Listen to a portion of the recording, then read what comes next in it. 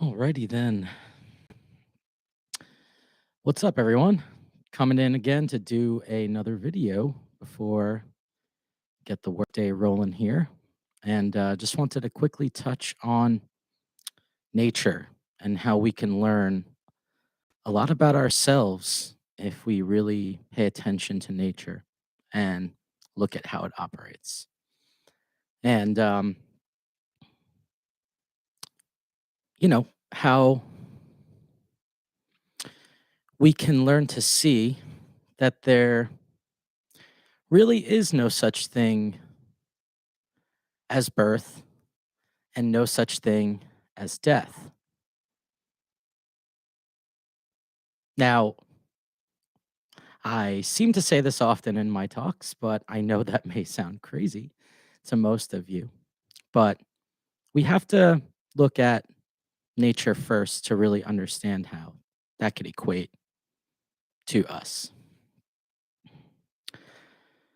So, if we take a look at just plant life in general, plants, trees, etc.,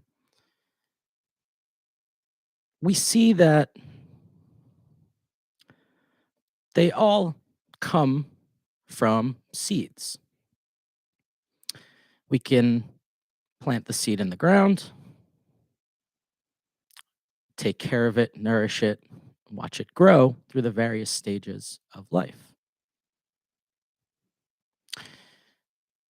Furthermore, once you harvest the plant, the tree, etc., you utilize what you need and typically you get rid of the rest. So, cutting up your vegetables in the house, some of you may again use what you need and then throw the rest in compost. And what is compost? If you're familiar with compost and how it all works, you would think to yourself, well, it's just a, pile of decomposing, rotting material, um, and nothing more than that. It's gross, it's gunky, it's, kind of icky, and it represents death, so to speak, right? But any good gardener knows that from that death is the potential for new life. From that decomposition, there are essences, there are nutrients, minerals, different kinds of things that will facilitate new life. So, within death itself of the plant, still there is life. Life not for the plant itself as the material, but life in its essence.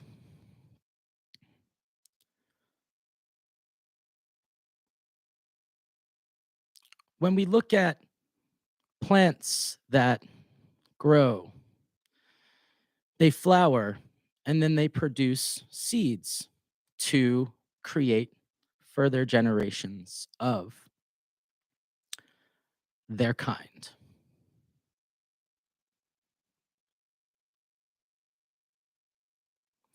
Once they've generated those seeds, the seeds will eventually drop back into the soil and again facilitate new life. With that being said, that plant has, in a way, done its job, served its purpose to further create more life, to give its own life meaning by perpetuating life itself. Again, that plant then comes to a point in time where it quote unquote has to die. But what is this really, right? Why do we call this death? Why can't we see this as simply a change, another change in the endless stream of changes in life. Why must death be considered an end if we could simply prove by looking at nature that it's just the catalyst for a new beginning, right? Changing forms. That's all that's happening here. Nothing is dying. Nothing is coming and nothing is going. Life continues.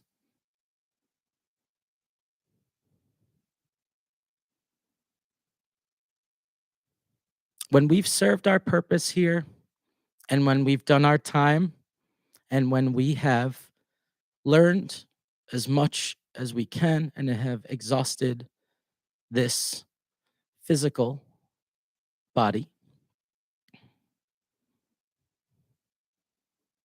we have to remember that we are merely just providing right back to life.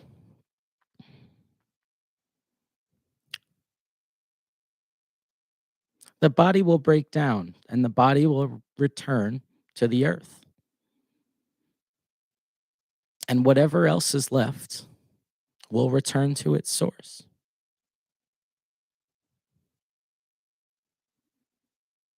Only to again perpetuate the continuous flow of life.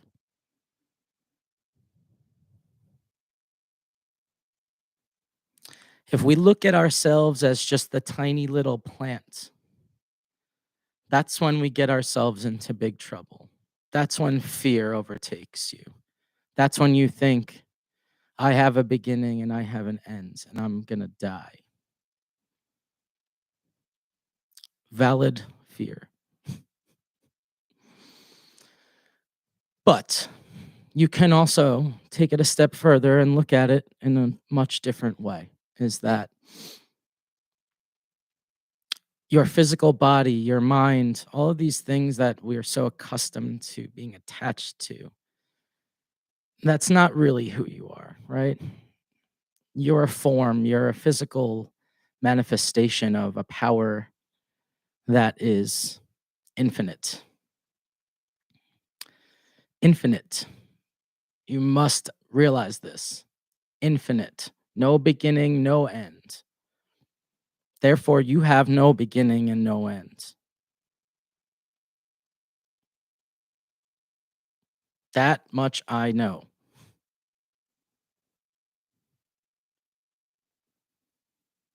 You see yourself as mortal because you see yourself in the wrong way.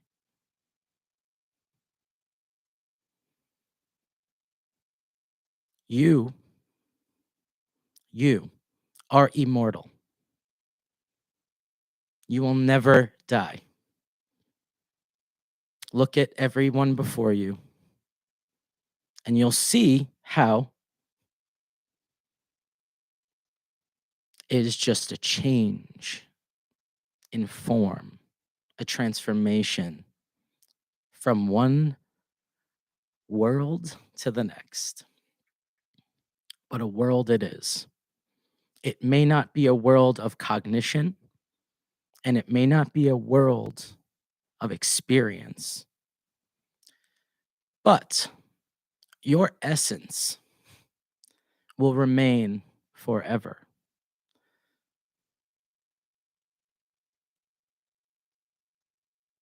You can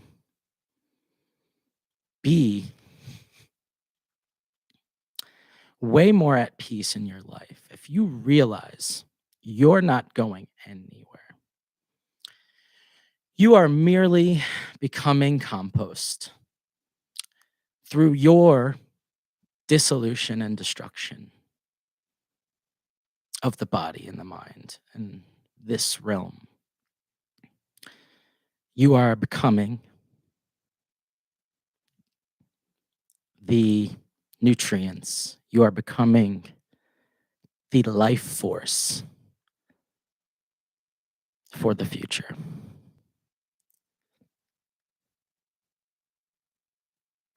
You are the past, you are the present, and you are the future. You're always.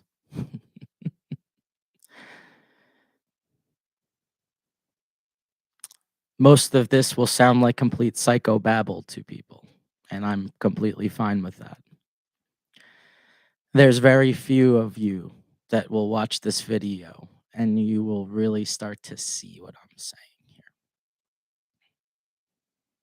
Look at nature, right? Nature forever regenerates in one way or another, in one shape or form.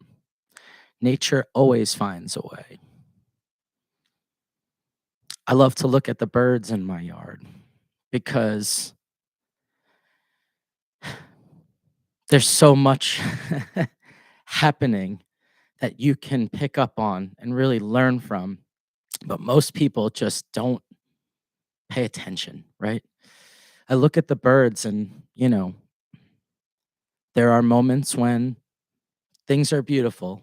We have nests everywhere, and you watch the mother and father gathering worms and bugs and providing it for their kids. And it's awesome. You see how life just works. But then there's times in the yard where the predators come and there's death, hardcore, unapologetic death. And you look at it in astonishment. And sometimes it's scary and sad. And then you have to look at it from both sides, though. What was the predator doing, right? The predator bird was trying to provide for his family. And unfortunately, the only way that that bird knew from its instinct was to do what it had to do. And that was to kill another animal to survive, right? So when you look at it, you go, it's two sides to the same coin here. The birds that were just minding their business, feeding their young in the nest, were just doing their thing, and then the bird that eventually came to kill them was just doing theirs, right? But then you look and say, that's understandable in the animal kingdom. It really is. You say, okay, I could see they're animals, right? They don't have the reason that the human mind does, which makes it interesting. Do we have to live like predators here in this world? Or can we just be the ones that simply do our business and take care of our families and ourselves without being harmed or bothered, right?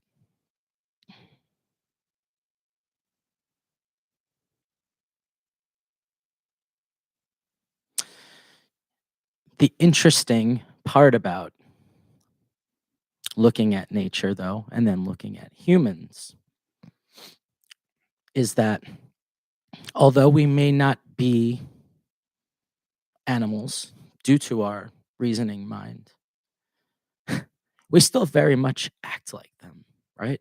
So it makes you wonder then we must be unreasonable. And the other thing that strikes a chord with me is that we forget the biggest thing of it all. Is that we too, as human, are part of nature. We are nature. How can we not be? Are we not made of the same things? Do birds not build a house? Do they not have jobs? Do they not take care of their families? Hmm, sounds familiar.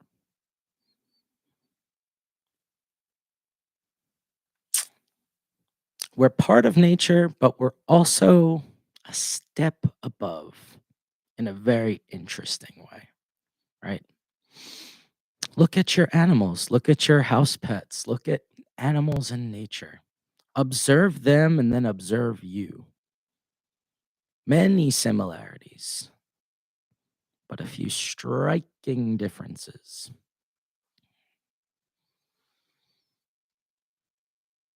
But for most, the differences are not very apparent in their life, and that seems to be part of the problem. But anyway, start to really look into your true nature. Start to really see what you are here in this grand scheme of things, right? What are you? Who are you?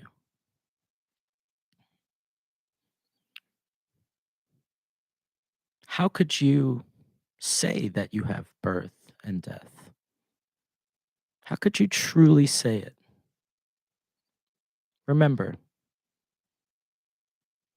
objects that appear all come and go. They all come and go, but only in their appearance.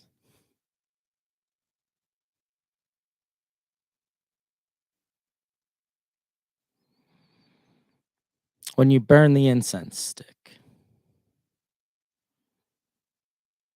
and the material ignites, creates smoke, has the material died?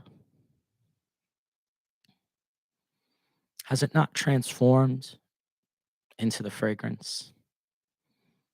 Has the fragrance not transformed into a mental perception by you experiencing the smell?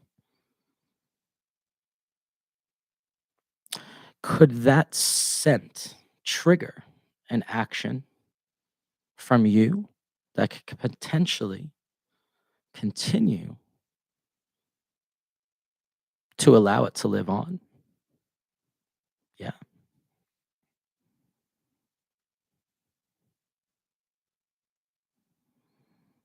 Even if you have not cognized the sense to go that route, doesn't the smoke still merge with the air?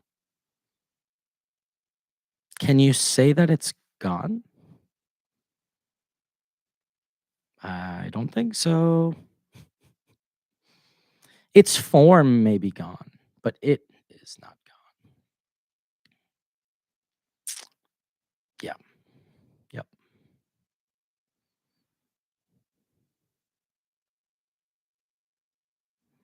Inquire into this deeply. You are universal.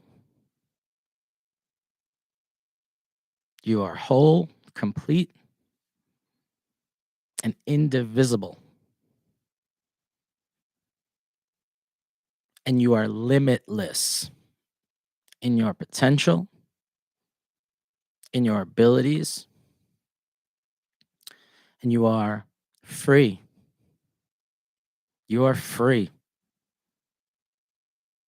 The only thing that keeps you shackled is your mind and how you see yourself. Period.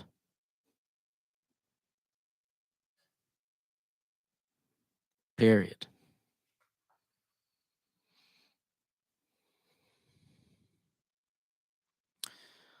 All right. Thanks again. Time to get to the grind. And hopefully, whoever gets what I said um, really benefits from it, as I wish you do. And you will. You will. Let it sink in deep, and you will. All right. Enjoy your day, everyone, and keep calm. And don't forget to smile and laugh. Right. Today's problems, are the laughing stock of tomorrow. Right. So why not laugh today and just be happy? All right. Love you guys and see you later. Bye.